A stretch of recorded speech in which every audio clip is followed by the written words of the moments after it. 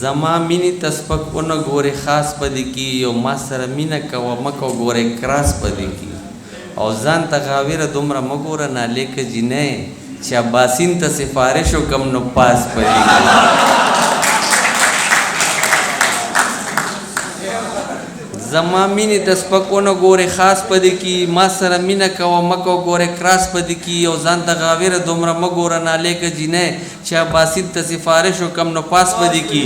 او اپ او وکې ګورې ډېر زیات تپوسونه کوي زیرو چې 5 سره یو ځای کړي نو 50 په دې کې تا دیدن له زه درتلل غواړم خو مړې زه دې ملامتې نه یېرېږم تا دیدن له زه درتلل غواړم خو مړې زه دې ملامتې نه یېرېږم او دا ملامته دې هم سر وخوري خو ستاسو مالت کې د شوکتې نه یېرېږم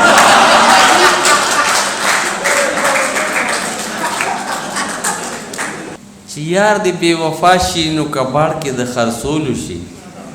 چې یار دې بې وفا شي نو کباړ کې د خرڅولو شي او چې خر د خره کم شي نو بیا غوږې د پرېکولو شي او کله چې جوبن کې وي مونږ ته هډو ګوري نه اوله په لاس راشي چې ویڼی کې د غورځولو شي بغیر له تا مې څوک طبیب نشته دی بغیر له تا مې څوک طبیب نشته دی او ما ته له تا نه څوک قریب نشته دی بغیر له تا مې څوک طبیب نشته دی او ما ته له تا نه څوک قریب نشته دی او که دې د حسن زکات وویستلو نو دلته زما نه بل غریب نشته دی او دا په کوټه چې نیغه نیغه کېږي نو کور کې جوړنن غلام حبیب نشته دی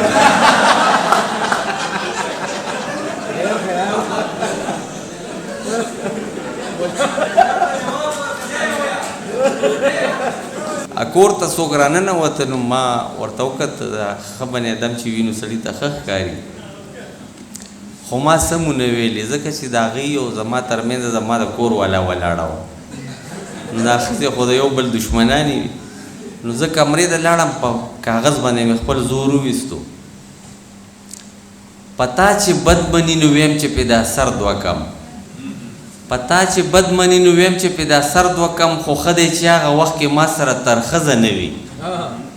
پتا چې بد مني نو ویم چې پې دا سر دوه کم خو ښه دی چې هغه وخت کې ما سره تر ښځه نه وي او ته چې راځې په هغه ورځ زمونږ کور ته راشه په کومه ورځ باندې چې کور کې زما ښځه نه وي یو سنجیده شعر دی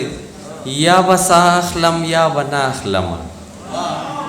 یا به سا اخلم یا به نه اخلمه دوه حالتونه په چا غبرګ نه راځي یا به سا اخلم یا به نه اخلمه دوه حالتونه په چا غبرګ نه راځي او ما ته د لوی عمر دعا مه کوه بیا به ته نه یې ماله به مرګ نه راځي رانږدې راته د عمر فاصلې کا نورې ختمې دا د هجر تورې شپې کا او نور هېڅ درنه زه نه غواړم خدایه یا د یاد کړی لنډ که یا زمونږ ورنږدې کا